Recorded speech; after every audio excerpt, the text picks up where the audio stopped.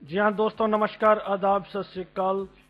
Programme बदलता दौर की डायरेक्ट सेगमेंट में आज हम जिस शख्सियत से आपकी मुलाकात करवा रहे हैं वो बेहद ही स्पेशल हैं और डिसेबल कम्युनिटी में शायद बहुत सारे ऐसे काम हैं जो इनके कंट्रीब्यूशन के बिना पॉसिबल नहीं थे। आज जिस शख्सियत से हम आपको मिला रहे हैं वो डीपीआई यानी कि डिसेबल पीपल इंटरनेशनल के चेयरमैन थे। वो डिसेबिलिटी राइट ग्रुप के कन्वीनर हैं और ये national centre for the promotion of employment for the disable person के एग्जीक्यूटिव डायरेक्टर हैं। तो इस तारुफ से आप सभी को मालूम हो गया होगा कि आज जो हमारे साथ शख्सियत है प्रोग्राम में वो हैं mister Javed Abidi ji. Ladies and gentleman, please welcome mister Abidi ji. Sir, आपका बहुत बहुत स्वागत है प्रोग्राम में। जी बहुत बहुत शुक्रिया, बहुत बहुत धन्यवाद। जावेद सर, हम सबसे पहले प्रोग्राम की शुरुआत करें उससे पहले हम चाहेंगे कि आप लिसनर्स को थोड़ा सा अपनी पर्सनल लाइफ के बारे में बताएं। मैं विकलांग व्यक्ति हूँ, मैं व्हीलचेयर पे हूँ। मेरा नाम जावेद आबदी है और मैं ओरिजिनली अलीगढ़ से हूँ। उत्तर प्रदेश में एक शहर है अलीगढ़, काफ़ी मशहूर, सब जानते हैं। वहाँ अलीगढ़ मुस्लिम यूनिवर्सिटी का भी नाम काफ़ी मशहूर है। मेरे पिता वहाँ लेक्चरर हुआ करते थे। मेरी पैदाइश वहीं की है, पलत बढ़त भी वहीं की है। और मैं अपने माता पिता की पहली औलाद था और जाहिर है माता पिता के लिए बड़ा खुशी का दिन होता है जब उनके घर में कोई बेटा या बेटी आता है, और ख़ास करके पहली जब औलाद आती है। तो मेरी पैदाइश के समय जब एक छोटा सा नर्सिंग होम था अलीगढ़ में, तो वहाँ जब नर्सें साफ कर रही थी या धुला रही थी, तब उन्होंने देखा कि पीठ पर एक कुछ सूजन सी है, और जाहिर है उनके कुछ समझ में नहीं आया, वो उसको ठीक से डायग्नोज नहीं कर पाए। मगर भगवान जाने क्यों जो डॉक्टर थे उन्होंने जाके मेरे पेरेंट्स से ये कह दिया कि ये लड़का 30-40 दिन से ज्यादा जिंदा नहीं रह पाएगा। और जाहिर आप इमेजिन कर सकते हैं कि मेरे पिता या माता के लिए कितनी दुखद स्थिति थी कि उनसे कोई ये कहे कि आपका बच्चा ज्यादा दिन जिंदा नहीं रह पाएगा। अब जाहिर है छोटा सा शहर था, आम लोग थे, कुछ और नहीं समझ में आया, तो उन्होंने जो उनके वश में था, जो कर सकते थे, वो किया, और उस तरह मुझे मेरा नाम मिला, जावेद जी। और जो हमारे साथी, जो हमारे दर्शक नहीं जानते हैं, मैं बता दूं कि जावेद का अर्थ होता है अमर, जो कभी न मरे, इमॉर्टल। तो ये हमारे यहाँ एक छोटा मोटा मजाक है कि नाम ने अपना काम दिखाया, और इमॉर्टल तो खैर दुनिया में कोई नहीं है लेकिन हाँ ये है कि 40 से अधिक साल बिता चुका हूं मैं, और नाम जो है वो अभी तक काम आ रहा है। जी जावेद सर, और इस रेडियो की ये पहचान है कि इसे बहुत सारे डिसेबल कम्युनिटी में ही ज्यादातर लोग सुनते हैं। हालांकि रेडियो कोई भी सुन सकता है, अक्रॉस द वर्ल्ड लोग हमें सुनते हैं, देशों विदेशों के डिसेबल इसे सुनते हैं। तो वो आपसे उनका तारुफ, बहुत सारे लोग आपको बेहद जानते भी हैं और बहुत सारे जो यंगस्टर हैं जो नए फील्ड में आए हैं तो वो जानना भी चाहते हैं। जावेद साहब, आप 1965 बोर्न हैं, आपने जर्नलिज्म में तालीम हासिल की है। आप तो जर्नलिज्म, ये डिसेबिलिटी सेक्टर में जो आने का ख्वाब था आपका, जैसे आए आप, तो आप पहले जर्नलिज्म में आए, फिर उसके बाद आप डिसेबिलिटी फील्ड में, वहां से कैसे मतलब आपका आना हुआ? बिल्कुल एक इत्तेफाक की बात है, एक कोइंसिडेंस है, कोई प्लानिंग नहीं थी। मैं अगर सच बोलूं तो मैं जैसे कोई भी एक आम विकलांग लड़का लड़की होता है वैसे ही था, स्ट्रगल कर रहा था, पढ़ाई हासिल कर रहा था। पिताजी चाहते थे कि मैं डॉक्टरी वगैरह पढूं, मेरा उसमें कोई दिलचस्पी नहीं थी, साइंस से मैं बहुत दूर भागता था। और जैसे कोई भी लड़का या लड़की जब जवानी के दौर से गुजरता है तो धीरे धीरे करके अपने आप को डिस्कवर करता है, अपना शौक उसका क्या है, रुझान क्या है।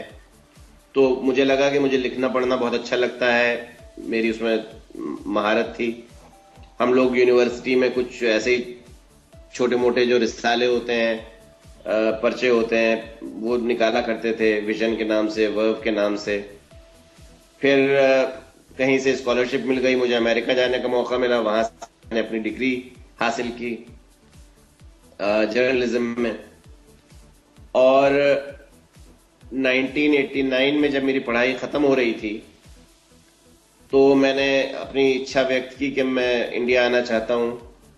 और सभी ने मुझसे कहा, माँ बाप ने, दोस्तों ने, कि मैं बेवकूफ़ी कर रहा हूँ, बहुत बड़ी गलती कर रहा हूँ, अमेरिका जाके कोई नहीं आता। और खास करके एक विकलांग व्यक्ति समझाया कि देखो वहीं रहो, वहां तुम्हारी जिंदगी बहुत आसान रहेगी, हर चीज की आसानी है, सुविधा है। मगर मैं नहीं माना, मुझे आना था, मैं आया। और तब तक मेरी फैमिली भी दिल्ली शिफ्ट हो चुकी थी, तो मुझे मालूम था कि मैं दिल्ली आऊंगा, दिल्ली देश की राजधानी है, बड़ा शहर है, क्या परेशानी होगी, क्यों परेशानी होगी। थोड़ा सा एक अपने ऊपर आहंग भी था, एक ओवर कॉन्फिडेंस, सेल्फ कॉन्फिडेंस था कि मैं अमेरिका रिटर्न हूं, मेरे पास बड़ी मोटी डिग्री है, नंबर भी अच्छे थे, 4.0 जीपीए था। और मैं मजाक करता था कि मैं आऊंगा तो मेरे घर के बाहर लाइन लग जाएगी एडिटर्स की, और कोई कहेगा कि हमारे अखबार में आओ, कोई कहेगा हमारे अखबार में आओ, कोई कहेगा हमारी मैगजीन में आओ। और फिर जो हुआ वो ये कि 6 महीने तक मैं जॉबलेस रहा। आने के बाद 6 महीने तक मैं दर दर की ठोकर खाता रहा, सारे अखबारों में गया, मैगजीनों में गया, और कोई छूने को तैयार नहीं था। और वही पुरानी कहानी कि वो मेरी डिग्री नहीं देख रहे थे, मेरी ट्रेनिंग नहीं देख रहे थे, मेरी जो सीख है या मेरा जो जोश है वो नहीं देख रहे थे। सिर्फ ये देख रहे थे कि मैं व्हीलचेयर पे हूं।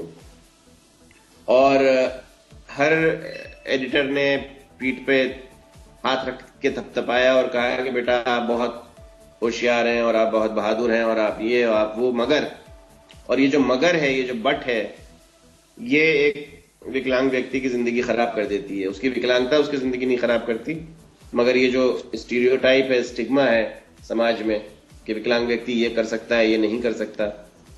और वही हुआ मेरे साथ कि सारी डिग्री विग्री सब धरी रह गई और मैं जॉबलेस था। खैर, मैंने फिर अपने एम्बिशंस को थोड़ा नीचे लाया, थोड़ा फ्रीलांसिंग शुरू की। धीरे धीरे करके मैं जर्नलिज्म में घुस गया, और 6 महीने लगे मुझे, और मतलब 6 महीने और फर्दर फ्रीलांसिंग करके फिर मैं टाइम्स ऑफ इंडिया और इलस्ट्रेटेड वीकली और पाइनियर जैसे बड़े नामों के लिए लिखने लगा था। उसी दौरान 1991 की बात है, हमारे देश के प्रधानमंत्री श्री राजीव गांधी की मृत्यु हुई अचानक एक हादसे में। और उनकी याद में उनकी फैमिली और उनके फ्रेंड्स ने एक फाउंडेशन गठित की, राजीव गांधी फाउंडेशन के नाम से। और ये बात बहुत कम लोग शायद जानते होंगे कि राजीव गांधी फाउंडेशन ने 5 एरियाज को चुना। उसमें साइंस एंड टेक्नोलॉजी था, विमेन एंड चिल्ड्रन था, लिटरेसी था, और हेल्थ था, और डिसेबिलिटी था, विकलांगता का विभाग था। तो बस एक शायद जिंदगी का इत्तेफाक था, मैं कहीं गया था, वहां श्रीमती सोनिया गांधी भी आई हुई थी। वो उस जमाने में पॉलिटिक्स में बिल्कुल नहीं थी, अपने एक दर्द और तकलीफ के दौर से गुजर रही थी। कुछ बात निकली, मैंने विकलांगता की बात की। उन्होंने मुझसे पूछा कि आपको मालूम है कि हम विकलांगता पर काम करने जा रहे हैं राजीव गांधी फाउंडेशन में? मैंने कहा नहीं, मुझे नहीं मालूम। तो उन्होंने मुझे वजहत हबीबुल्ला साहब के पास भेजा, जो उस वक्त राजीव गांधी फाउंडेशन के सेक्रेटरी थे। मुझे लगा ऐसी कोई नौकरी मिलेगी, पता नहीं नौकरी मिलेगी भी कि नहीं, और मिलेगी तो कोई ऐसी छोटी मोटी तीसरे दर्जे की, चौथे दर्जे की नौकरी मिलेगी। मैं वजहत साहब से मिला, काफी लंबी बात हुई, और उन्होंने फिर मुझे कहा कि हम चाहते हैं कि आप इस डिवीजन को सेट करें और आप इसको हेड करें। तो मुझे थोड़ी देर के लिए तो खैर यकीन ही नहीं आया, मुझे लगा कोई मजाक जैसा कर रहा है, इतनी कम उम्र में मुझे इतना बड़ा मौका मिल रहा है। मैंने उनसे वक्त मांगा, 1 हफ्ते का वक्त दिया उन्होंने मुझे, क्योंकि मेरे लिए ये फैसला आसान नहीं था। मैं बिल्कुल ईमानदारी से बात करता हूं और आज भी कर रहा हूं कि एक तरफ मेरा, मैं कह सकता हूं, प्यार था, मेरा जुनून था जर्नलिज्म, जिसके लिए मैंने पूरी अपनी एक तरीके से जिंदगी गुजारी थी, मेहनत की थी, पढ़ाई हासिल की थी, डिग्री हासिल की थी, जतन किया था, और एक डिस्क्रिमिनेशन के दौर से गुजरा, फिर अपनी मेहनत के बल पे, अपने अपने टैलेंट के बल पे मैंने उन दरवाजों को खोला और टाइम्स ऑफ इंडिया जैसे बड़े बड़े अखबारों के लिए लिखना शुरू किया, उसको मैं अचानक एक दिन छोड़ दूं, ये आसान फैसला नहीं था। और फिर दूसरे ये कि विकलांगता के बारे में मैं जानता क्या हूं, या कम से कम उस वक्त क्या जानता था, कुछ भी नहीं सिवाय अपनी विकलांगता के। नेत्रहीन लोगों की क्या समस्याएं हैं, बधिर लोगों के क्या मामले हैं, बहुत सारी विकलांगताओं से, ऑटिज्म, सेरेब्रल पॉल्सी का मैंने कभी नाम भी नहीं सुना था। तो वो एक डर था कि मैं ले तो लूं जिम्मेदारी, मगर फिर निभाऊंगा कैसे। लेकिन उसके साथ साथ ये भी एहसास था कि एक बहुत बड़ा प्लेटफॉर्म है, और अगर ये प्लेटफॉर्म मुझे मिल जाता है और अगर मैं इस पर काम करता हूं तो मुझे एक बहुत बड़ा मौका मिलेगा कि मैं ईमानदारी से अपने मुल्क के लिए, अपने लोगों के लिए कुछ कर सकूं। तो खैर काफी एक भारी मंथन से गुजरने के बाद मैंने फिर फाइनली ऑफर एक्सेप्ट कर लिया, और 1992 अर्ली 1992 में मैंने राजीव गांधी फाउंडेशन को ज्वाइन किया, और इस तरह से मैं डिसेबिलिटी के सेक्टर में आ गया। और वो दिन है और आज का दिन है, और कभी मैंने पलट के नहीं देखा, और मैं बेइंतहा खुश हूं कि मैंने ये फैसला किया। और मैंने एक और बात कही थी, मैं यहाँ पे अपनी बात को समेटता हूँ, खत्म करता हूँ, कि मैंने ये कहा था तब, जैसे दोस्त पूछते थे, लोग पूछते थे कि भाई क्यों, मैंने कहा देखो, अगर एक जर्नलिस्ट कम हो जाएगा तो देश पे उसका कोई असर नहीं पड़ेगा। अखबार चलना बंद नहीं हो जाएंगे, मैगजीनें चलना बंद नहीं हो जाएंगी एक जर्नलिस्ट के कम हो जाने से, अगर मैं छोड़ देता हूं। लेकिन अगर एक सिपाही बढ़ जाता है डिसेबिलिटी की मुहिम में, विकलांगता की मुहिम में, तो उससे सेक्टर मजबूत होता है। बस इसी एक इरादे से, इसी एक कोशिश से मैंने फैसला किया और सारा अपना जर्नलिज्म का ख्वाब छोड़ के और डिसेबिलिटी की दुनिया में आ गया। यहाँ मैं लिसनर्स को ये बताऊं कि जावेद साहब एक लौते ऐसे डिसेबल माने जाते हैं जिनकी मीडिया में बहुत पहुंच है हमारे पूरे डिसेबिलिटी सेक्टर में, होल्ड है इनका एक, और रिसेंटली इन्हें मॉरिशस में एक्सीलेंसी अवार्ड भी मिला है। तो जावेद साहब आगे बढ़ते मुझे बेहद खुशी है कि आप बहुत ऑनेस्टली बात कर रहे हैं प्रोग्राम की डायरेक्ट सेगमेंट में। तो जावेद साहब आपके मैंने जो व्यूज सुने, रिकॉर्डिंग सुनी, आपके बड़े स्ट्रॉन्ग व्यूज हैं, चाहे वो गवर्नमेंट को लेकर हो, चाहे ऑर्गेनाइजेशंस को लेकर हो, और एक लंबे समय से आप स्ट्रगल कर रहे हैं और आपके व्यूज बहुत स्ट्रॉन्ग रहते हैं। तो बावजूद इसके गवर्नमेंट सेंसिटाइज नहीं है, क्या रीजन है? उसके बावजूद गवर्नमेंट सेंसिटाइज नहीं है, ये पूछ रहे हैं आप? जी बिल्कुल, पॉलिसीज मेकिंग में है, आप सब कुछ करते हैं, इतना स्ट्रगल करते हैं, फिर भी गवर्नमेंट सेंसिटाइज नहीं है डिसेबल को लेके, क्यों ऐसा? इसलिए नहीं है सेंसिटाइज क्योंकि उनकी खाल बहुत मोटी है, बेगैरत हैं। और ये बात भी मैं मतलब साफ गोई से कह रहा हूं। और आज जब मुझे इस क्षेत्र में 20 से भी ज्यादा, पता नहीं कितने गिनना पड़ेगा, 20, 22, 25 साल हो चुके, तो आप खुद हिसाब लगा लीजिए 90 के दशक से कि हमने सारी सरकारों को आते और जाते देखा है। तो ये जो बात मैं कह रहा हूं ये पॉलिटिकल बात नहीं है, क्योंकि जब मैंने डिसेबिलिटी सेक्टर में कदम रखा 90 के दशक में, तब नरसिम्हा राव की सरकार थी, कांग्रेस की सरकार थी।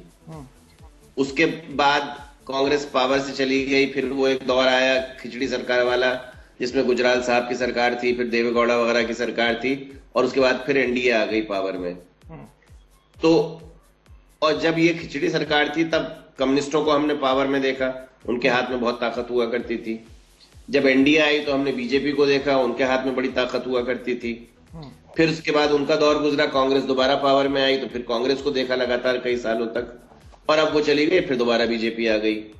तो मेरी बात बहुत खरी है और थोड़ा खोटी है, लेकिन एक कड़वा सच ये है कि पॉलिटिशियन जब आउट ऑफ पावर होता है तो अलग जबान बोलता है, और जब पावर में होता है तो वो उसका रवैया, उसका तौर तरीका सब बदल जाता है। और ये चीज मेरी समझ में नहीं आई, और मेरे लिए व्यक्तिगत स्तर पर बहुत दुख की बात है, क्योंकि मैं इन सब लोगों को व्यक्तिगत स्तर पर मुझे जानने का मौका मिला है। मैं अगर नाम गिनाना शुरू करूं तो आप हैरान रह जाएंगे, चाहे वो कांग्रेस से हो, चाहे वो बीजेपी से हो, चाहे वो कम्युनिस्ट पार्टी से हो, चाहे वो दूसरी पार्टियों से हो। और एक और बात मैं ये कहना चाहूंगा कि हमने अपने काम को, जब मैं राजीव गांधी फाउंडेशन में हुआ करता था, 5 साल में वहां था, 92 से 97 तक, उस दौर में भी और उसके बाद भी और आज तक हमने अपने काम को नॉन पॉलिटिकल रखा है। तो हमारे लिए सब बराबर है, हमें इससे कोई फर्क नहीं पड़ता कि कौन पावर में है, कौन पावर में नहीं है। और हमने अपनी बात को ईमानदारी से सरकार के सामने रखा है। तो मैंने कुछ रिकॉर्डिंग मेरी सुनी बात से ये आपकी। समझ में आता है कि ये किस मिट्टी के बने हैं। हम्म, और मतलब उसको अगर हम मेच्योरली बात करें तो मैं सिर्फ ये कह सकता हूं कि इंडियन पॉलिटिशियन के लिए विकलांग जन अभी तक वोट बैंक नहीं है। एग्जैक्टली। सारा जो जो जो मूल बात है, अगर उसको हम एक सेंटेंस में समेटें तो वो ये है कि इंडिया के परिप्रेक्ष्य में विकलांगजन अभी भी वोट बैंक नहीं है, और इंडिया में वोट बैंक की ही पॉलिटिक्स चलती है। आप भी जानते हैं, मैं भी जानता हूं। एग्जैक्टली। अच्छा जावेद साहब, एक बड़ा क्वेश्चन है कि अब कुछ सीधी बातें करते हैं, बहुत जो अहम है। बार बार ये कहा जाता है कम्युनिटी में कि जो जावेद साहब हैं, जैसा आपने बताया कि राजीव गांधी फाउंडेशन की जो डिसेबल विंग स्थापित की थी वो आपने की थी। तो जावेद साहब फॉर एग्जांपल अगर रिसेंटली बात करें आरपीडी बिल को लेके, तो उसमें कहा जाता है कि जावेद साहब कांग्रेस से बिलोंग करते हैं, जावेद साहब राज्यसभा की सीट ढूंढ रहे हैं, और क्योंकि अभी ये 2002 में जो एक्ट आया तो जावेद साहब ने कहा कि ये टॉयलेट पेपर है तो उसे फेंक दिया। लेकिन जब गवर्नमेंट जाने वाली थी तो जावेद साहब ने कहा नहीं, ये ऑर्डिनेंस के रूप में इसको पास करा देना चाहिए। इस पर क्या कहेंगे जावेद?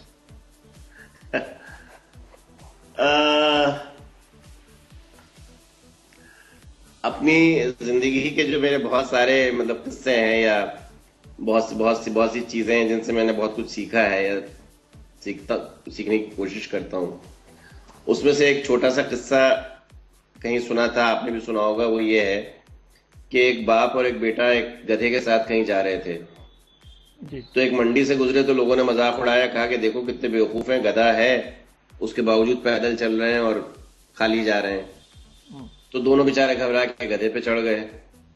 फिर जब अगली मंडी पे पहुंचे तो लोगों ने कहा कि अरे देखो कितने जालिम हैं, दोनों बैठे हुए हैं ऊपर चढ़ के, बेचारा छोटा जानवर है उसको तंग कर रहे हैं। तो बाप शर्मिंदा हो गया, बाप उतर गया, बोला बेटा तुम बैठो मैं पैदल चलता हूँ। अगली मंडी में पहुंचे तो लोगों ने कहा देखो बेटा कितना बदतमीज है, बाप पैदल चल रहा है, बेटा बैठा हुआ है। जी। तो बेटे ने कहा नहीं पिताजी आप आ जाइए, मैं उतर जाता हूँ। फिर अगली मंडी में लोगों ने कहा आप मेरी बात को समझ गए। जी। तो कहने का मकसद ये है कि आप सर पटक के मर जाइए, जिसको जो कहना है वो कहेगा। और जो लोग नादान हैं, जिनको समझ नहीं है, जिन्होंने शायद ठीक से पढ़ा नहीं है, समझा नहीं है। जहां तक कांग्रेस का सवाल है, क्योंकि आपने एक सीधा प्रश्न किया है, जो कांग्रेस का दौर था काफी लंबा दौर था, दो टेन्योर थे उनके जी। आप उस सालों के जो भी ईयर्स हैं, जब कांग्रेस पावर में आई, मनमोहन सिंह सरकार आई, यूपीए 1, और जब कांग्रेस पावर से गई यूपीए 2 का जो एंड है, पूरा 8 या 9 या 10 साल का वक्फा है। आप एक बार नेट सर्च करके देखिए कि मैंने उस दौर में क्या क्या कहा है और क्या क्या किया है, और कितने धरने दिए हैं और कितनी रैलियां की हैं और कितनी गालियां बकी हैं कितने मिनिस्टरों को, और क्या क्या कराया है लड़ के किया। बिल्कुल मैंने स्टडी किया पूरा। ठीक है। हाँ जी। तो जिसको राज्यसभा चाहिए होती है वो ये नहीं करता, पहली बात। दूसरी बात, अगर मुझे राज्यसभा चाहिए होती तो वो मुझे बहुत पहले मिल गई होती, और मैं उन किस्सों में नहीं जाऊंगा कि मुझे कब किस वक्त किसने क्या देना चाहा, और कुछ लोगों ने अच्छी नीयत से देना चाहा और कुछ लोगों ने बदनीयती से देना चाहा। तो I have no respect for such comments और सच स्पेकुलेशन। अब जहां तक अगर इंटेलेक्चुअल बात करनी है, तो क्या लोगों को यह मालूम है कि नए कानून की बुनियाद हमने रखी? क्या लोगों को यह मालूम है कि जब यूपीए पावर में आई और मुकुल वासनिक मिनिस्टर बने तो मुकुल वासनिक सस्ती राजनीति के तहत पुराने कानून में अमेंडमेंट्स लाने की बात कर रहे थे? पढ़ लीजिए। हमने उनको जाके रोका, हमने उनसे जाके कहा कि साहब आप गलत कर रहे हैं, अमेंडमेंट्स का दौर गया, पुराना कानून बहुत पुराना हो चुका है और अब इस देश को जरूरत है नए कानून की। नए कानून की बात सबसे पहले विकलांग अधिकार ग्रुप ने और नेशनल डिसेबिलिटी नेटवर्क ने, एनसीपीडीपी ने कही है। आप अखबार उठाकर रिसर्च कर लीजिए। मंत्री ने हमारी बात नहीं मानी, 7 महीने तक झगड़ा चला, 7 महीने तक धरना हुए, प्रदर्शन हुए, तब जाके मंत्री ने हमारी बात मानी और नए कानून को बनाने के लिए आदेश दिया और कमेटी गठन की। अगर मैं कांग्रेस का इतना ही सगा होता और अगर मैं उनको इतना ही प्यारा होता तो मैं क्या उस कमेटी का अध्यक्ष नहीं होता? क्या मैं उस कमेटी का मेंबर नहीं होता? जी। जब वो कमेटी बनी तो हमने उसमें एक तरफ हमें खुशी हुई इस बात की कि सरकार ने हमारी बात को माना और कमेटी बन गई, कमेटी का गठन हो गया, मगर उसमें हमने ये देखा कि कमेटी में विकलांगजन थे ही नहीं। फिर उसकी लड़ाई लड़ी, उसके धरना हुए, उसके प्रदर्शन हुए। एक बार आप मुकुल वासनिक से मिलके पूछ तो लीजिए कि मुकुल वासनिक का नाक में दम अगर किसी ने किया तो उसका नाम जावेद आबदी है। तो अभी रिसेंटली आपने ये रिमार्क दिए कि एक बार पास होने दो ऑर्डिनेंस को, बाद में अमेंडमेंट करवा लेंगे। मैं उसी पे आ रहा हूं, मैं पहले मैं कंटेक्स्ट समझाने की आपको कोशिश कर रहा हूं। बिल्कुल, आप लिसनर को समझाएं, बिल्कुल ये जरूरी है। तो कानून की शुरुआत यहां से हुई। अब कमेटी को दिए गए थे 6 महीने, कमेटी ने लगा दिए कोई 1.5-2 साल। फिर उसके बाद डिलेज होते गए और मुकुल वासनिक का दौर भी चला गया और फिर अगली मिनिस्टर आ गई। जब अगला मिनिस्टर आता है तो फिर बहुत सारी चीजें जीरो से शुरू हो जाती हैं। इन शॉर्ट पूरे 4-5 साल गुजर गए ये करते करते, और जैसे जैसे हम आगे बढ़ते गए वैसे वैसे कानून बेहतर होता गया, इसमें कोई दो राय नहीं है। जो सुधा कौल कमेटी ने अपनी रिपोर्ट दी सरकार को, उसके मुकाबले जो ड्राफ्ट बिल आया वो कहीं बेहतर था। फिर उसमें और इंप्रूवमेंट्स हुए। अब एक सिचुएशन आ गई कि जब बिल्कुल सरकार जाने वाली है, इलेक्शन सर पर है, आखिरी पार्लियामेंट का सेशन होने जा रहा है और हमें नहीं मालूम कि अगली सरकार कौन आएगी, किसकी आएगी, उनका क्या रवैया होगा। यह सरासर बेवकूफी होगी कि आप एक अच्छे भले कानून को सिर्फ इसलिए रोक दें कि उसमें अभी भी कुछ कमियां हैं। और एक और मैं बात बता दूं कि कोई दुनिया का कानून परफेक्ट नहीं होता। अगर आप कभी जाके किसी बड़े वकील से बात करें या किसी बड़े ज्यूरिस्ट से बात करें, मेरी जस्टिस कृष्णा अय्यर और न जाने कितने सुप्रीम कोर्ट के रिटायर्ड जजेस से अलग अलग मौकों पे बात हुई है, जिनसे मैंने सीखा है, जिनसे मैंने सीख हासिल की है, शुरू के दौर में भी, उसके बाद भी। तो कोई भी आपको यह बताएगा कि कोई भी कानून परफेक्ट नहीं होता, और परफेक्शन की तलाश में आप उस कानून को रोक दें और रुके रहें, और एक साल से दूसरा साल, दूसरे साल से तीसरा साल, तीसरे साल से चौथा साल, चौथे साल से 5वां साल, अब 6ठा साल हो गया, तो नुकसान किसका हो रहा है? जी। तो उस वक्त जो कानून पास कराने की जल्दी थी वो ये थी कि अच्छा भला एक कानून है, उसमें 90 से ज्यादा प्रतिशत चीजें अच्छी हैं, जिससे कि एक ऐसे कौम का, एक ऐसे तबके का फायदा होगा जिनके पास आज की तारीख में कुछ भी नहीं है। कम से कम जो हमारे नेत्रहीन साथी हैं उनके पास कुछ तो है, हमारे जो शारीरिक रूप से विकलांग साथी हैं मुझ जैसे, उनके पास कुछ तो है, बधिर के पास तो कुछ भी नहीं है, मानसिक रूप से जो विकलांग है उनके पास तो कुछ भी नहीं है। जो और बहुत सारी विकलांगताएं हैं जो उसमें जुड़ने जा रही थी, लर्निंग डिसेबिलिटी वगैरह, उनके पास उनको तो विकलांगता भी नहीं समझा जाता। आपको अंदाजा है कि पिछले 1 साल में कितने लड़के लड़कियों को स्कूल में, कॉलेज में, यूनिवर्सिटी में एडमिशन नहीं मिला क्योंकि वो उनको डिसलेक्सिया है और इसलिए उनको विकलांग नहीं माना जाता, और क्योंकि विकलांग नहीं माना जाता तो इसलिए उनको 3% आरक्षण की सुविधा नहीं मिलती। तो कानून के ना आने से नुकसान हुआ है, बहुत सारी चीजें जो 1 साल में हो सकती थी वो नहीं हो पाई और कानून अटक गया। अब ठीक है, अटक गया तो अटक गया, नई सरकार आ गई, नई सरकार ने आने के बाद अपनी कमेटी बना दी, उस कमेटी ने अपना काम पूरा कर लिया, उनकी रिपोर्ट आ गई। अब देखते हैं कि कानून कब आएगा। और मजे की बात यह है कि आज भी आपको इस देश में ऐसे लोग मिल जाएंगे जो ये कहेंगे कि कानून में अभी भी कमियां हैं और अभी भी इसको पास नहीं होना चाहिए। तो आप रुके रहिए, अगले 10 साल तक, 15 साल तक आपके लिए बड़ा आसान है कुर्सी पे बैठ के मजे से बातें कर लेना। आपका पेट भरा हुआ है, आपके तन पे कपड़ा है, आपके पास नौकरी है, आपकी जेब से कुछ नहीं जा रहा। मगर जिनका नुकसान हो गया और जिनका नुकसान हो रहा है, और एक एक दिन जब तक ये कानून नहीं आएगा जिनका नुकसान होता रहेगा, उसकी जिम्मेदारी किसके पास है? तो जावेद साहब, लेकिन उसमें जैसे नेशनल कमीशन का चयन, वो डिसेबल नहीं होगा, कोई भी हो सकता है। बहुत सारे लोग दलील दे रहे हैं कि उसमें डिसेबिलिटी को शामिल नहीं किया जा रहा, एलिमेंट्स को, बीमारियों को शामिल किया जा रहा है। उस पर क्या कहेंगे? वो फिर एक लंबा डिस्कशन है। अगर अगर हम उसकी एक एक मतलब आर्टिकल की पेचीदगी में जाएंगे। इन शॉर्ट आप क्या कहेंगे इन शॉर्ट? तो मैं कह चुका। मैंने क्या उसको गोल्ड मेडल दिया है, या मैंने क्या उसको 10 में से अंक दिए हैं? क्या मैं ये कह रहा हूं कि ये परफेक्ट कानून है? विकलांग हमारी, आपने उसको नेशनल कमीशन कह दिया, डिसेबिलिटी कमीशन का चेयर सदर विकलांग होना चाहिए। इसकी लड़ाई किसने लड़ी थी? कभी नेट रिसर्च करके देखिए, पता करिए। ठीक है, चलो मैं उसी पे आता हूँ रिसर्च। कानून आने के बाद 1995 का कानून आने के बाद 3 साल गुजर गए थे। हमारे देश में डिसेबिलिटी कमिश्नर ही नहीं अपॉइंट हुआ था, और किसी के कान पर जूं नहीं रेंग रही थी। ये जो सारे ठेकेदार आज पैदा हो गए हैं, ये कहां थे उस वक्त जी? जब कोई काम नहीं होता है, जब सन्नाटा पड़ा होता है, तब ये लोग कहां चले जाते हैं? जी, काम बिगाड़ना तो बहुत आसान है। तो आप अखबार उठा के देखिए, अटल बिहारी वाजपेयी की सरकार थी, धरना हुआ, प्रदर्शन हुआ, मैं भूख हड़ताल पे गया, तब अटल बिहारी वाजपेयी ने मीटिंग बुलाई और कहा कि भाई अपॉइंट करो। तो जो डिसेबिलिटी कमिश्नर 3 साल में नहीं अपॉइंट हुआ था, वो 3 दिन में अपॉइंट हो गया, 3 दिन में। लेकिन उन्होंने क्या किया कि जल्दबाजी में जो मिनिस्ट्री में एडिशनल सेक्रेटरी थे सज्जन, उनको डिसेबिलिटी कमिश्नर बना दिया।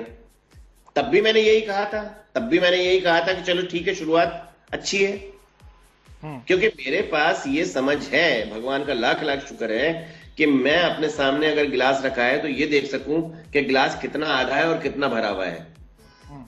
अगर, और ये मैंने मिसाल अभी भी दी है और मैं आपको फिर देता हूं, कि अगर कोई इंसान प्यासा है, किसी को आप कमरे में बंद कर दीजिए 5 दिन के लिए, पता नहीं सरवाइव करेगा नहीं करेगा, और उसको आप पानी मत दीजिए, और प्यास से तड़प रहा है। अब उसको आप आधा गिलास पानी देते हैं, और अगर वो पानी को फेंक दे और ये कहे कि नहीं मुझे तो पूरा गिलास चाहिए, जब तक पूरा गिलास नहीं होगा तो मैं पानी नहीं पीऊंगा, क्या बचकाना बात है? तो डिसेबिलिटी कमिश्नर बना। कम से कम डिसेबिलिटी कमिश्नर के आने से काम शुरू हुआ।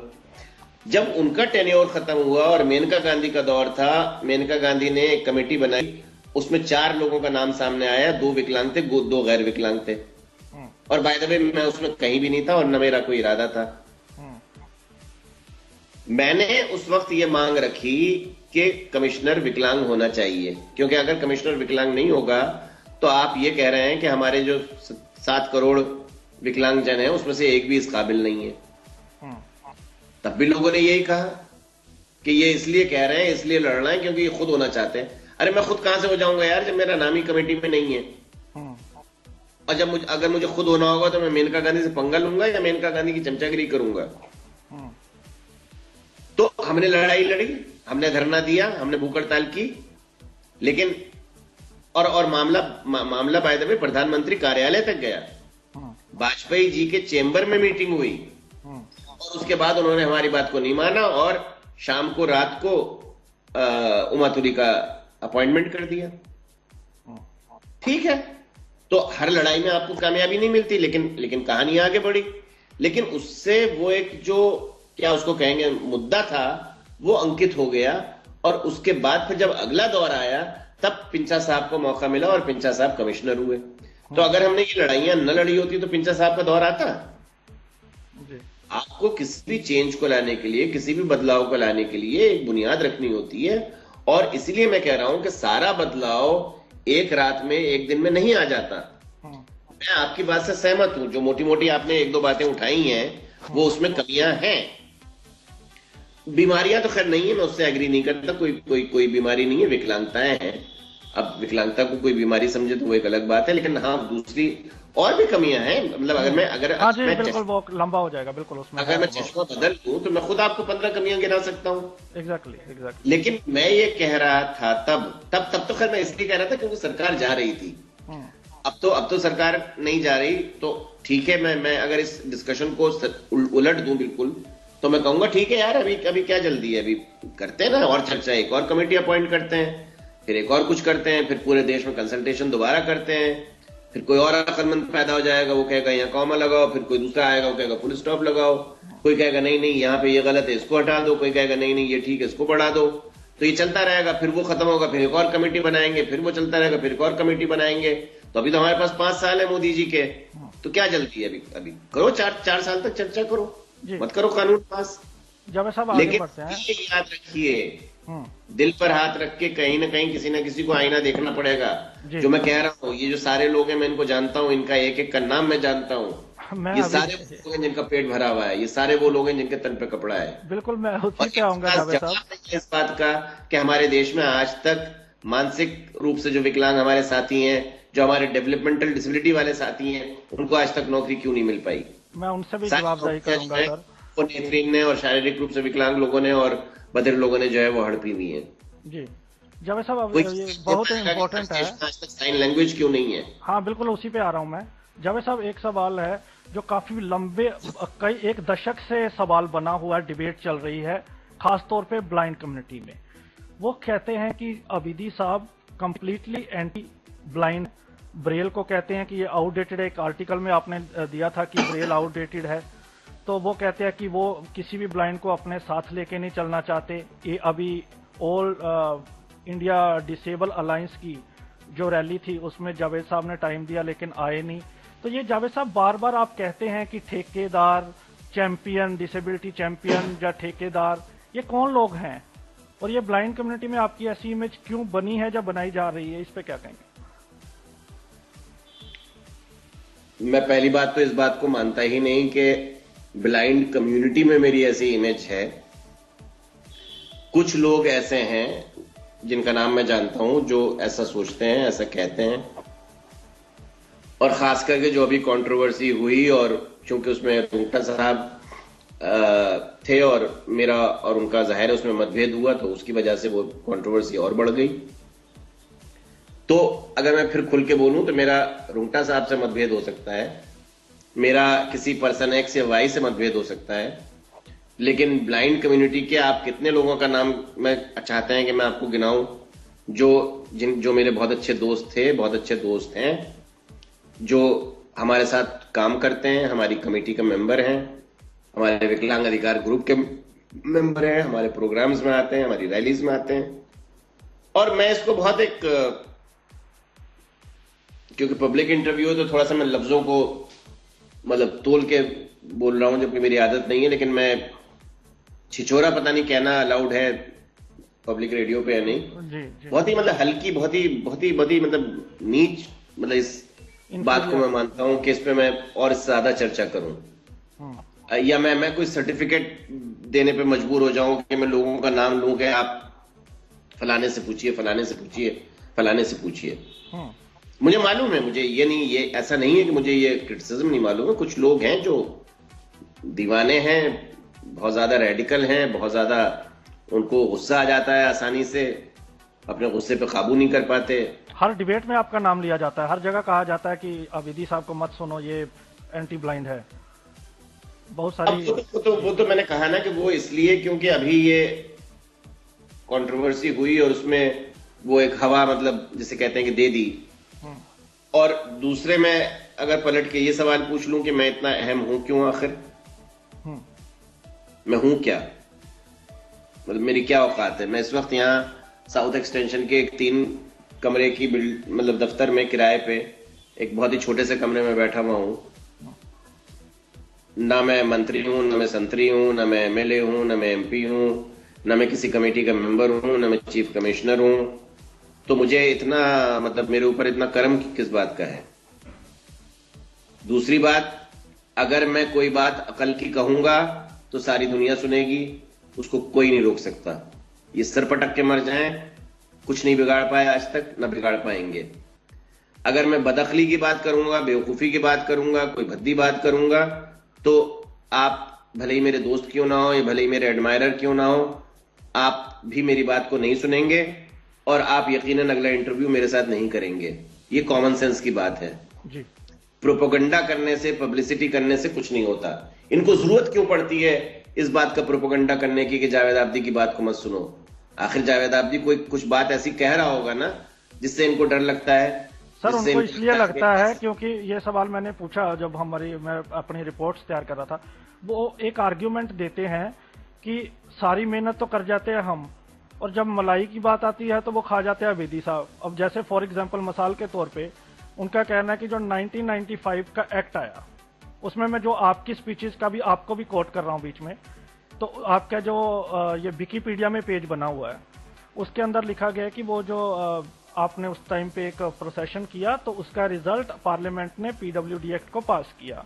और आप खुद ही अपनी स्पीचेस में कहते हैं कि साइन लैंग्वेज जो है उसमें उसको दिया नहीं।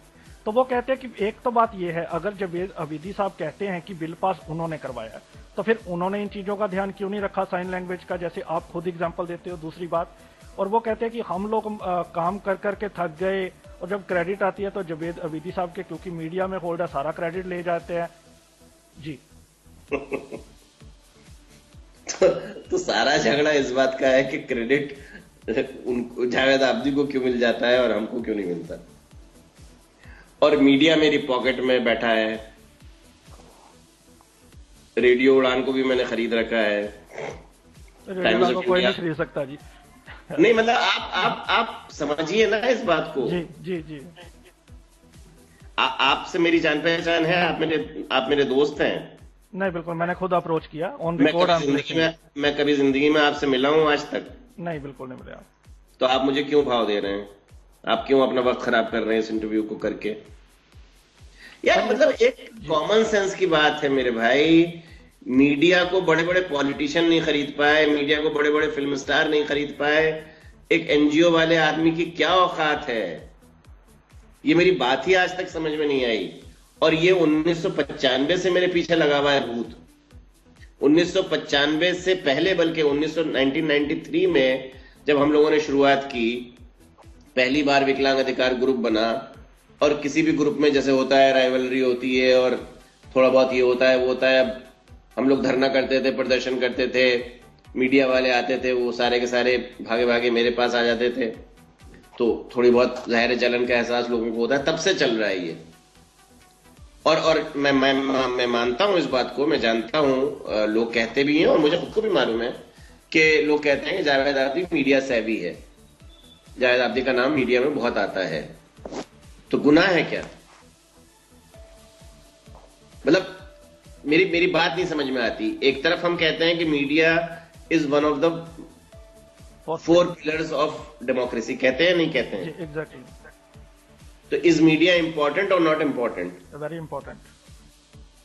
तो मीडिया के साथ काम करना, मीडिया को अपने साथ लेके चलना, उन तक सही खबरों को पहुंचाना, उनको सही एडवाइस देना, ये गुनाह है? सर उनका नाम ही नहीं आता कहीं। नहीं, मैं एक इंटेलेक्चुअल डिस्कशन कर रहा हूं जी बिल्कुल।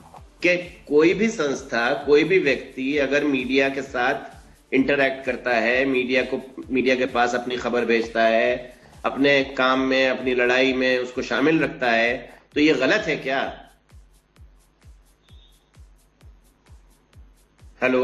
जी जी बिल्कुल सर, मैं आपकी बात सुन रहा हूँ ध्यान से। नहीं, मैं आपसे पूछ रहा हूँ गलत है क्या? नहीं बिल्कुल गलत नहीं है, हमें मीडिया की जरूरत है इस टाइम पे, बहुत ज्यादा जरूरत है जी। पहली बात। दूसरी बात ये कि अगर कोई बदअक्ली की, देखिए प्रेस रिलीज तो कोई भी भेज सकता है, कोई रोक तो है नहीं जी। प्रेस कॉन्फ्रेंस कोई भी कर सकता है जी। तो जब आप अगर कोई अक्लमंदी की बात करेंगे, कोई ढंग की बात करेंगे, कोई वजन की बात करेंगे, तो मीडिया आपकी बात को छापेगा, और वरना नहीं छापेगा। भाई आप तो खुद मीडिया में हैं, आप किसी भी चीफ रिपोर्टर से पूछ लीजिए कि शाम तक उसके पास कितनी प्रेस रिलीजें कहां से आती हैं, छोटी से छोटी संस्थाओं से लेकर बड़े से बड़ी संस्थाओं तक की। गलत कह रहा हूं मैं? नहीं बिल्कुल सही बोल रहा हूं। बड़े बड़े कॉरपोरेट्स की, ठीक है जी। जो दिवाली पे महंगे से महंगे गिफ्ट भी भेजते हैं जी।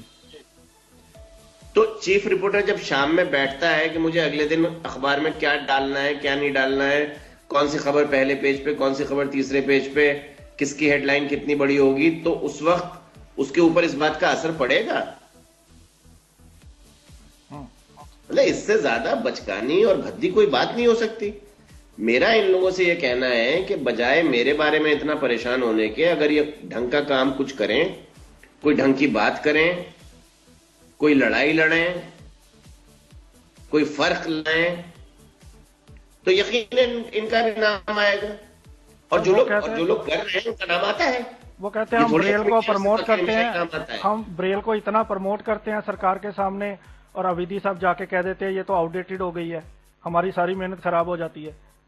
इतना जो हम प्रमोट कर रहे हैं सरकार को, इसके लिए प्रमोशन के लिए हम काम कर रहे हैं, सरकार से मांगे कर रहे हैं, और अविधि साहब कह देते हैं कि ये आउटडेटेड है।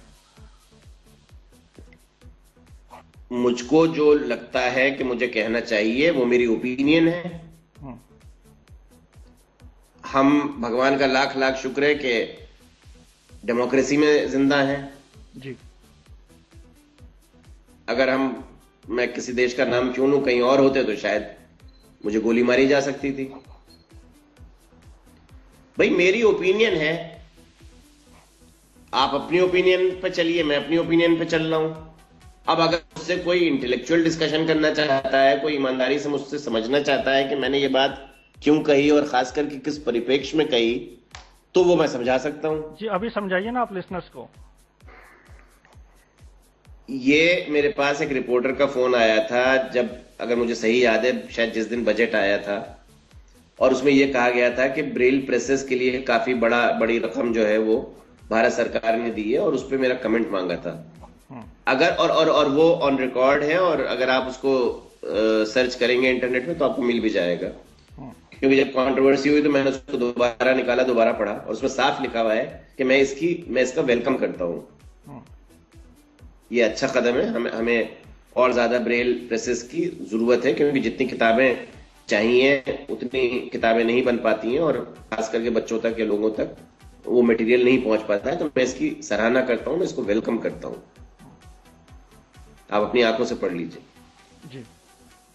उसके आगे मैंने ये कहा था कि इसके साथ साथ भारत सरकार का फर्ज है कि और दूसरी जो टेक्नोलॉजी है उसमें इन्वेस्ट करे, क्योंकि ब्रेल काफी हद तक वहां, मुझे कहने का एक तरीका होता है कि आदमी मुंह से बोलता है कि ब्रेल काफी हद तक आउटडेटेड हो चुकी है और अब मॉडर्न टेक्नोलॉजी आ गई है। अब अगर इसको आप इमोशनल हुए बिना या जज्बाती हुए बिना या बायस्ड हुए बिना समझना चाहें तो इसमें कोई ना तो गलत बात है, ना इसमें कोई बुराई छुपी है। जैसे अगर कल को मान लीजिए कोई कहे कि साहब रेडियो आउटडेटेड हो गया है, तो बहुत से लोग हैं जो पत्थर लेके निकल पड़ेंगे। या कोई कहे कि साहब वीसीआर आउटडेटेड हो गया है। तो टेक्नोलॉजी बदलती है, और इसका यह मतलब नहीं है कि हम ये कह रहे हैं कि उसको आप खत्म कर दीजिए या बंद कर दीजिए। देखिए ब्रेल की मुश्किल क्या है। ब्रेल जहां तक लिखने का सवाल है बहुत अच्छा साधन है, पढ़ने का जिसको शौक है वो भी काफी अच्छा साधन है। समस्या हमेशा से ये रही कि ब्रेल में पहली बात तो किताबें हैं ही नहीं, और दूसरी बात जो कड़वा सच है वो ये है कि ब्रेल में सारी किताबें बन ही नहीं सकती। आप किसी भी दुनिया के देश से पता कर लीजिए, अगर जैसे जो यूनिवर्सिटी की अगर हम बात करेंगे, यूनिवर्सिटी में जो मान लीजिए हिस्ट्री की या पॉलिटिकल साइंस की या इंग्लिश लिटरेचर की मोटी मोटी किताबें होती हैं, या फिजिक्स की या केमिस्ट्री की, अगर उसको आप ब्रेल में कन्वर्ट करें तो वो इतनी मोटी, इतना बड़ा वो पहाड़नुमा एक डॉक्यूमेंट होगा कि उसको ना लेके आप यूनिवर्सिटी जा सकते, ना यूनिवर्सिटी से आ सकते, ना शायद घर पे रख सकते। तो उस सेंस में प्रैक्टिकल नहीं है, और ये कारण है कि एक बहुत मजबूत ब्लाइंड मूवमेंट के होने के बावजूद इंडिया में ब्रेल में किताबें नहीं आ पाई। वरना इंडिया की अगर हम बात करें तो सबसे मजबूत मूवमेंट और सबसे पुराना मूवमेंट और सबसे जुझारू मूवमेंट तो ब्लाइंड मूवमेंट ही है। और हमेशा मैंने सल्यूट किया है, हमेशा मैंने अपने आज ऑन रिकॉर्ड आप कह रहे हैं, बहुत सारे लिसनर्स को ये बताया गया कि अविधि साहब ये नहीं मानते हैं, लेकिन आज ऑन रिकॉर्ड जावेद अविधि साहब सबके सामने ये कह रहे हैं। तो ये इससे बड़ी सच्चाई नहीं हो सकती है। उनके खुद के मुंह से आज ऑन रिकॉर्ड ये बात को वो कह रहे हैं। नहीं, इसमें मुंह के मतलब इसमें वो तो वही है कि अगर कोई ईमानदारी से चीजों को पढ़े और समझे तब ना। भाई हम लोग तो बहुत बाद में आए। 70 के दशक में तो ब्लाइंड थे सड़कों पे। 80 के दशक में ब्लाइंड ने लाठी खाई सर पे। और उस रिश्ते से मैं रुंगटा साहब की भी बेइंतहा इज्जत करता हूं। जो रुंगटा साहब ने या ए.के. मित्तल ने या और हमारे दूसरे बहुत से बुजुर्ग साथी जो गुजर गए, लाल अडवाणी साहब, हमारे राजेंद्र व्यास साहब, उन लोगों ने बुनियाद रखी। जी। ये कितने लोग जानते हैं कि मैंने अपनी डिसेबिलिटी की तालीम सबसे ज्यादा अगर किसी से हासिल की है तो लाल अडवाणी से हासिल की है। हमारा जो विकलांग अधिकार ग्रुप बना, उस विकलांग अधिकार ग्रुप में कुल मिला के 8 लोग थे। 8 लोगों ने, सोचिए आप, 8 लोगों ने शुरुआत की डिसेबिलिटी राइट्स ग्रुप की, विकलांग अधिकार ग्रुप की 93 में। और उन 8 लोगों में से 3 नेत्रहीन थे और जिनका नाम सब जानते हैं। लाल अडवाणी जो एक फादर फिगर माने जाते हैं ब्लाइंड सेक्टर में जी। अनुराधा मोहित जी। जो अब उतना एक्टिव नहीं रही सरकारी नौकरी में आने के कारण, मगर अनुराधा मोहित को कौन नहीं जानता। जी बिल्कुल। जो इस वक्त NIVH की सर्वे सर्वा है। बिल्कुल, मैंने पिछला शो उनके साथ ही किया था। जी। और जगदीश चंद्र जी। जगदीश बीच में बाहर चले गए थे तो इसलिए शायद इतना मतलब ये कि फेमस मैं अगर कहूं बहुत अदब के साथ, वो शायद नहीं है जितना जैसे जॉर्ज इब्राहिम है या दीपेंद्र मनोचा है या सैम तारापुर वाला है। लेकिन भी हैं। जी। लेकिन जगदीश अब वापस आ चुके हैं और हिंदू कॉलेज में लेक्चरर हैं। आप फोन उठा के जगदीश से बात कर सकते हैं। जी मुझे मालूम है। तो कौन ये कहता है कि जावेद आबदी नेत्रहीन के खिलाफ है और जावेद आबदी नेत्रहीन के साथ काम नहीं करता या जावेद आबदी नेत्रहीन की इज्जत नहीं करता? मैं दीवानगी की इज्जत नहीं करता, मैं पागलपन की इज्जत नहीं करता, मैं रेडिकल सोच की इज्जत नहीं करता। मैं इस सोच की इज्जत नहीं करता कि अगर कोई कहे कि डिसेबिलिटी कोटा को 3% से 5% कर दीजिए और उसमें 2% हमारा होना चाहिए और बाकी सब जाए भाड़ में। मैं इस बात की इज्जत नहीं करता। जी। तो हमारी 1995 में जब विकलांगताओं को बढ़ाने की बात आई, तब एक साहब ने यह कहा कि नहीं विकलांगताओं को मत बढ़ाइए क्योंकि हमारे पास तो पहले ही रोटी इतनी छोटी है और इतने छोटे टुकड़ों में बढ़ती है, फिर और छोटे टुकड़े हो जाएंगे। मुझे इस कदर घिन आई ये बात सुन के और मैंने उनको मुंह पे कहा, मैंने कहा आपको शर्म आनी चाहिए कि आप अपने आप को लीडर बनते हैं और सब आपको इतना बड़ा आदमी मानते हैं और आप इतनी छोटी सोच रखते हैं। आप इस बात की लड़ाई नहीं लड़ रहे कि रोटी को बढ़ाया जाए। आप इस बात की लड़ाई नहीं लड़ रहे कि अगर सरकार पहले 1 रोटी देती थी तो अब 5 रोटी दे। आपको ये फिक्र है कि रोटी छोटी हो जाएगी और इसलिए आप कह रहे हैं कि नहीं इसको विकलांग मानो ही मत। वो इंसान नहीं है। जी। उनकी तकलीफ नहीं है। इस सोच के मैं खिलाफ हूं। एग्जैक्टली। अविधि मैं नेत्रहीन के खिलाफ नहीं हूं। जी। आपने मैं जो बहुत ही घटिया, छोटी, ओछी। जी बोलिए।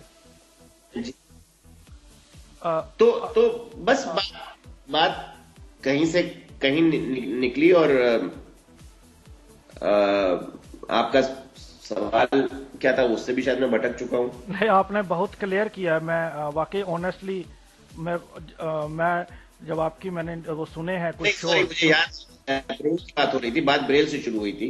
तो मैं उस बात को जल्दी से पूरा कर दूं तो ब्रेल की किताबें नहीं बन पाई, ये कड़वा सच है।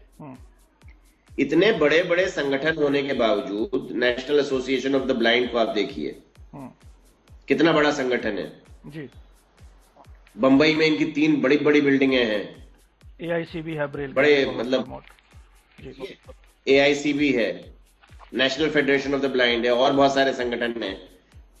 क्या हमारे जो लड़के लड़कियां कॉलेज में यूनिवर्सिटी में जा रहे हैं उनको ब्रेल की किताबें हासिल हो पाई? और अगर उनको नहीं हासिल हो पाई तो उसका जिम्मेदार कौन है? तो फिर क्या हुआ? फिर ये हुआ कि रेडियो का टेप रिकॉर्डर का युग आया। टेप रिकॉर्डर सबसे पॉपुलर जब मैं आया 90 के दशक में, जब भी मैं किसी ब्लाइंड लड़के लड़की से बात करता था या जाता था या ट्रैवल करता था, सबसे ज्यादा पॉपुलर आइटम होता था टेप रिकॉर्डर, छोटा सा टेप रिकॉर्डर। और वो छोटा सा टेप रिकॉर्डर लेने के लिए उनके पास पैसे नहीं होते थे। कैसेट्स के लिए उनके पास पैसे नहीं होते थे। और कोई भी इस बात को जानता है कि जो लड़के लड़कियां कॉलेज गए, यूनिवर्सिटी गए, उस दौरान, बल्कि आज भी उनके लिए सबसे कीमती साधन था टेप रिकॉर्डर, जिसपे वो बैठ के अपने दोस्तों से, अपने साथियों से, अपने घर वालों से, बहन से किताबें पढ़वाया करते थे और उन किताबों को रिकॉर्ड कर लेते थे ताकि वो बाद में फिर उनको सुन सकें और पढ़ सकें। गलत कह रहा हूं मैं? जी नहीं।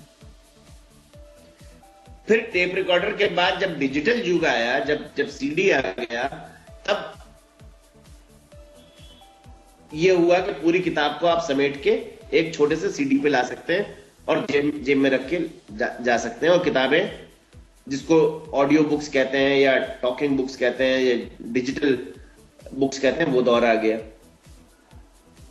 तो ये तो एक बहुत बड़ा सलाम है, ये तो बड़ा एक खुशी का मकाम है कि कम से कम एक सोल्यूशन निकल आया जी। मगर दिल पर हाथ रख के मुझे कोई बताए कि ये टेक्नोलॉजी कितने लोगों के पास है। मैं अलीगढ़ से हूं, मैंने पहले शुरुआत यहीं से की थी। चलिए हम दिल्ली से निकल के, अलीगढ़ तो बहुत दूर है, गाजियाबाद चलते हैं, और गाजियाबाद में एक आम नेत्रहीन व्यक्ति के घर चलते हैं, या 10 लोगों को चुन लेते हैं रैंडमली, उनके घर चलते हैं, उनसे पूछते हैं कि क्या उनके पास डिजिटल टेक्नोलॉजी है, जबकि कोई बहुत महंगी नहीं होती। एक छोटा सा आपको सीडी प्लेयर चाहिए और 2-4-10 सीडी चाहिए। तो क्या ये गलत होगा सरकार से कहना कि आप एक तरफ ब्रेव प्रेसेस लगा रहे हैं मगर उसके साथ साथ आप इस टेक्नोलॉजी में भी अपना योगदान दीजिए और इसके लिए भी अपना रिसोर्स एलोकेशन कीजिए? क्या गलत है ये? नहीं, बिल्कुल। बस ये मैंने कहा, उसका तूफान बन गया, और सारी बात को, मतलब एक कुछ लोग तो हैं जो कॉन्शियसली प्रोपेगेंडा कर रहे हैं, उनको मैं जानता हूं, उनका मैं नाम जानता हूं। अब चैंपियन तो ये कहते हैं, कहते हैं कि उस ठेकेदार पूरे- कहते हैं आप। तो आप मतलब ऐसी लैंग्वेज यूज करते हैं तो मतलब आपको हिचकिचाहट, कुछ हेजिटेशन नहीं होती? क्या चीज? मैं एक सवाल दे देता हूं आपको, फिर हम 10 मिनट है सिर्फ हमारे इंटरव्यू के लिए भी, तो सिर्फ लास्ट सवाल एक बचा है, उसके बीच में ही आपसे पूछ लूंगा। सर 3 बहुत मोटे सवाल हैं जिसमें आपकी राय बहुत जरूरी है। ए, आज के युग में डिसेबिलिटी सेक्टर में सबसे बड़े चैलेंजेस क्या आ रहे हैं काम करने के लिए? एक तो मैसेज हमें लिसनर्स के लिए चाहिए आपसे। 2, और एक सवाल जो है कि आप नॉट ओनली इंडिया, आप बाहर जाते हैं वहां भी कंट्रोवर्सीज करते हैं। मॉरिशस में गए, वहां डीपीआई की प्रमोशन के लिए गए, लेकिन डीपीओ को बंद करवा दिया आपने। वहां पे मॉरिशस के लोग बातें कर रहे थे कि आपने, अवेदी साहब यहाँ आए, डीपीओ को बंद करवा दिया, डीपीआई के मेंबर, डीपीओ के सारे मेंबर डीपीआई में ले गए। तो इन पर आप क्या कहेंगे? ये लास्ट सवाल मेरा। अच्छा, मुझे सवाल याद नहीं रहेंगे तो मैं एक एक करके जवाब दे देता हूँ। मैं पहले आखिरी वाले का जवाब दे देता हूँ, उसके बाद फिर आप मुझे याद दिला दीजिएगा। जी बिल्कुल। डीपीओ मॉरिशस बंद करने वाला मैं कौन होता हूँ? डीपीओ मॉरिशस एक संस्था है, एक एनजीओ है, एक एनजीओ का नाम है जी। जैसे किसी भी एनजीओ का कोई भी नाम होता है, ऐसे एक एनजीओ है, उसका नाम है डीपीओ मॉरिशस जी। तो वो ना बंद हुई है, ना उसको बंद रखने की ताकत है किसी के पास, और मेरे पास तो बिल्कुल भी नहीं है। उसके बहुत बड़े ठेकेदार हैं वहां, बड़े मोटे तगड़े रईस आदमी हैं, तो वो चला रहे हैं उसको, और वो चलाते रहे हैं सारी जिंदगी। मैंने सिर्फ इतना किया है कि वो डीपीआई के मेंबर बने हुए थे पिछले कई सालों से, कुछ कर धर नहीं रहे थे, और कभी उनके यहाँ इलेक्शन नहीं होता, उनके यहाँ कोई ट्रांसपेरेंसी नहीं है, कोई काम नहीं होता। वो पिछले 25-50 सालों से प्रेसिडेंट बने हुए हैं और मेरे ख्याल से अगले 50-60 सालों तक बने रहेंगे। तो उनसे मैंने रिकग्निशन वापस ले लिया। जो हमारी संस्था है जिसका मैं ग्लोबल चेयर हूं, तो हमने कहा कि सॉरी, हम अपनी मेंबरशिप कैंसिल कर रहे हैं, और वो मेंबरशिप हमने किसी और को दे दी। बस इतनी सी बात है। और दूसरा सवाल ये था कि आज के टाइम पे इंडिया में डिसेबिलिटी सेक्टर में आपको लगता है कि अपने लोग ही काम खराब कर रहे हैं, या क्या सबसे बड़ा चैलेंज है? नहीं, अपने लोग काम खराब कर रहे हैं वो तो खैर ठीक है, अपनी जगह है, लेकिन मैं उसको सबसे बड़ा चैलेंज नहीं मानता। सबसे बड़ा चैलेंज तो वही है पॉलिटिशियन की बेरुखी, और मतलब ये कि डिसेबिलिटी को जब तक पॉलिटिशियन सीरियसली नहीं लेगा, जब तक के डिसेबिलिटी को वो वोट बैंक नहीं समझेगा। मैं उसको दूसरे तरीके से कहता हूं कि आज भी, जबकि मौजूदा सरकार ने काफी कुछ कहा है पिछले कुछ महीनों में काफी नई स्कीमों की बात की है, काफी नई स्कीमों को लॉन्च किया है। लेकिन मैं आज भी ये मानता हूं कि जिस गंभीरता से विकलांगता को लेना चाहिए वो गंभीरता नहीं है। आज भी विकलांगता देश के सरकार के रडार स्क्रीन पर एक बहुत छोटा सा ब्लिप है, उससे ज्यादा नहीं है। और उसका सबूत ये है कि जो ठोस तरीके से काम होना चाहिए वो नहीं हो रहा है। और we are just not serious as a country, as a government, we are not serious towards disability. और ये साल एक बड़ा अहम साल है 2015। इस साल हम अपने 95 वाले कानून के 20 साल पूरे कर रहे हैं जी। अब मैं यहाँ पे ये कहूं कि अभी हमने जो एक पर्चा निकाला है अभी कुछ ही दिन पहले, उसमें हमने 95 कानून की बड़ी तारीफें की हैं और हमने कहा है कि साहब मतलब उसकी बर्थडे मना रहे हैं हम, और बहुत जोर शोर से मना रहे हैं और उसकी तैयारियां चल रही हैं। और हम ये कह रहे हैं कि इस कानून ने हमारा जो मूवमेंट था उसकी नींव रखी। तो अगर कोई बाल की खाल निकालना चाहेगा और यकीनन निकालेगा तो कहेगा लीजिए साहब ये तो अजीब आदमी है। तो कभी कहते हैं कि 95 का कानून खराब था, कभी कहते हैं अच्छा था, कभी कहते हैं मैंने बनवाया, कभी कहते हैं। तो अब बदअक्ल लोगों से बहस करने का ना मुझे शौक है ना मेरे पास वक्त है। हर चीज को एक परिप्रेक्ष्य में कहा जाता है। ये एक सच है, एक ये है कौन सर? ये ठेकेदार आप बार बार कहते हो चैंपियन है डिसेबिलिटी के ठेकेदार, ये कौन लोग हैं? अब उनका नाम लेने से, उनको एक अहमियत देने से क्या होगा? जो हैं वो हैं और जो नहीं है वो नहीं है। वो ये सब मेरे ख्याल से बहुत हल्की बातें हैं। वो तो फिर वही वाली बात है कि कोई बात कही जाती है तो किसी कंटेक्स्ट में कही जाती है। जी। अब वक्त चूंकि नहीं है आपके पास तो मैं उसकी बहुत गहराई में भी नहीं जाऊंगा। ठेकेदार लफ्ज तब इस्तेमाल होता है जब कोई भी मीटिंग हो, कोई भी कॉन्फ्रेंस हो और आप उन्हीं 40-50 लोगों को उस कमरे में पाएं। एग्जैक्टली, और वही स्टेटस को रहे और कहीं कोई बदलाव ना आए। आप मुझे बताइए ना, आजादी के 50 साल कैसे गुजर गए? जी। आजादी के 50 साल में इनको जमीन लेना तो याद रहा, बिल्डिंगें बनाना याद रहा, 2 माला से 3 माला हो जाए वो याद रहा। लेकिन क्या फर्क आया, क्या बदलाव आया? और 50 साल क्या कम वक्त होता है? जो सबसे कीमती वक्त था इस मुल्क का, जब मुल्क की नींव पड़ रही थी, उस वक्त अगर इन लोगों ने अपनी आवाज उठाई होती और अपना सेल्फिश एक एजेंडा ना लेके अगर विकलांगता का एजेंडा लेके आगे बढ़े होते तो आज मुल्क का हाल ही कुछ और होता। मगर फिर उसमें यह है कि बिल्डिंग नहीं बनती, जमीन भी शायद नहीं मिलती और पद्मश्री और पद्म भूषण तो बिल्कुल ही नहीं मिलता। तो सैक्रिफाइस करना पड़ता है, लड़ाई लड़नी पड़ती है, तब जाके कुछ हासिल होता है। आपका कोई आखिरी एक और सवाल था? जावेद साहब, मैसेज लिसनर्स के लिए, मैसेज यंगस्टर के लिए क्या मैसेज रहेगा आपका? मैसेज यही है कि मतलब व्यक्तिगत स्तर पर तो मैं हर लड़के हर लड़की से ये कहूंगा कि मेहनत करें। जो मेरे ख्याल से आज की जनरेशन जानती है, पढ़ाई हासिल करें, किसी भी चाहे कितनी मुश्किलें क्यों ना हो लेकिन हार ना माने, क्योंकि पढ़ाई का युग है और चैरिटी का और उसका दौर गुजर गया। और कम से कम यह है कि रास्ते खुल रहे हैं। आज हमारे लोग सिविल सर्विस में आ गए हैं, आज हमारे लोग मेडिकल में उनको एडमिशन मिल रहा है, इंजीनियरिंग में एडमिशन मिल रहा है। कौन सा शोबा ऐसा है, कौन सा सब्जेक्ट ऐसा है, जब हम अपने एजुकेशनल इंस्टीट्यूशंस का, कॉलेजेस का सर्वे करते हैं, डिजाइन हो, आर्किटेक्चर हो, जर्नलिज्म हो, सब में IIT हो, IIM हो। लेकिन हाँ ये है कि वहां तक पहुंचने के लिए मेहनत बहुत जरूरी है। दूसरा, एक मेरी बहुत ख्वाहिश है कि हम अपने देश में अपने विकलांग साथियों में एक क्रॉस डिसेबिलिटी का जज्बा पैदा करें। हम ये भूल जाएं कि हम नेत्रहीन हैं या हम व्हीलचेयर पे हैं या हम बधिर हैं। इस चीज ने हमें बहुत कमजोर बनाया है।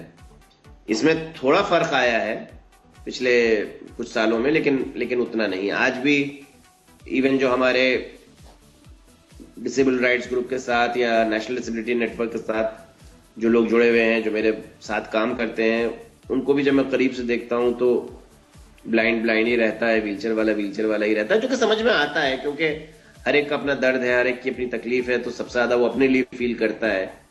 लेकिन उससे ऊपर उठ के जब हम अपने आप को विकलांग समझेंगे, मतलब नेत्रहीन नहीं, बधिर नहीं, व्हीलचेयर नहीं, विकलांग, एक एक एक एक शब्द के नीचे सबको जमा होना होगा। और जब हम लड़ें तो सबके लिए लड़ें, केवल किसी एक विकलांगता के लिए नहीं। तो ये लोगों को जोड़ना मैं समझता हूं बहुत जरूरी है, और उसी में हमारी ताकत है। एक और जो वजह है, जो पॉलिटिशियन हमको शायद सीरियसली नहीं लेता, उसकी वजह यही है कि हम खुद आपस में इतने बटे हुए हैं कि हमारी आवाज उतनी मजबूत नहीं है जितनी होनी चाहिए थी। जी, thank you so much Javed साहब। उम्मीद है कि फ्यूचर में भी आप अपना साथ हमें देंगे और आप इसी तरह अपने विचार साझे करते रहेंगे और लड़ते रहेंगे यूनिटी के लिए। हमारी शुभकामनाएं आपके साथ है। आपने अपना बहुत कीमती समय हमें दिया, उसके लिए बहुत बहुत शुक्रिया। बहुत शुक्रिया। और अब देखना ये है कि इस रेडियो इंटरव्यू के बाद मेरे सर पे अब और कितने पत्थर पड़ते हैं, क्या क्या मैंने आज कह दिया जिसको लेके कि अब एक तूफान आएगा। लेकिन तूफान उठाते रहना हम लोगों का काम है, चाहे मैं हूं, चाहे रेडियो उड़ान हो। आपने मुझे याद किया, आपने मेरे साथ वक्त गुजारा, उसके लिए बहुत बहुत धन्यवाद।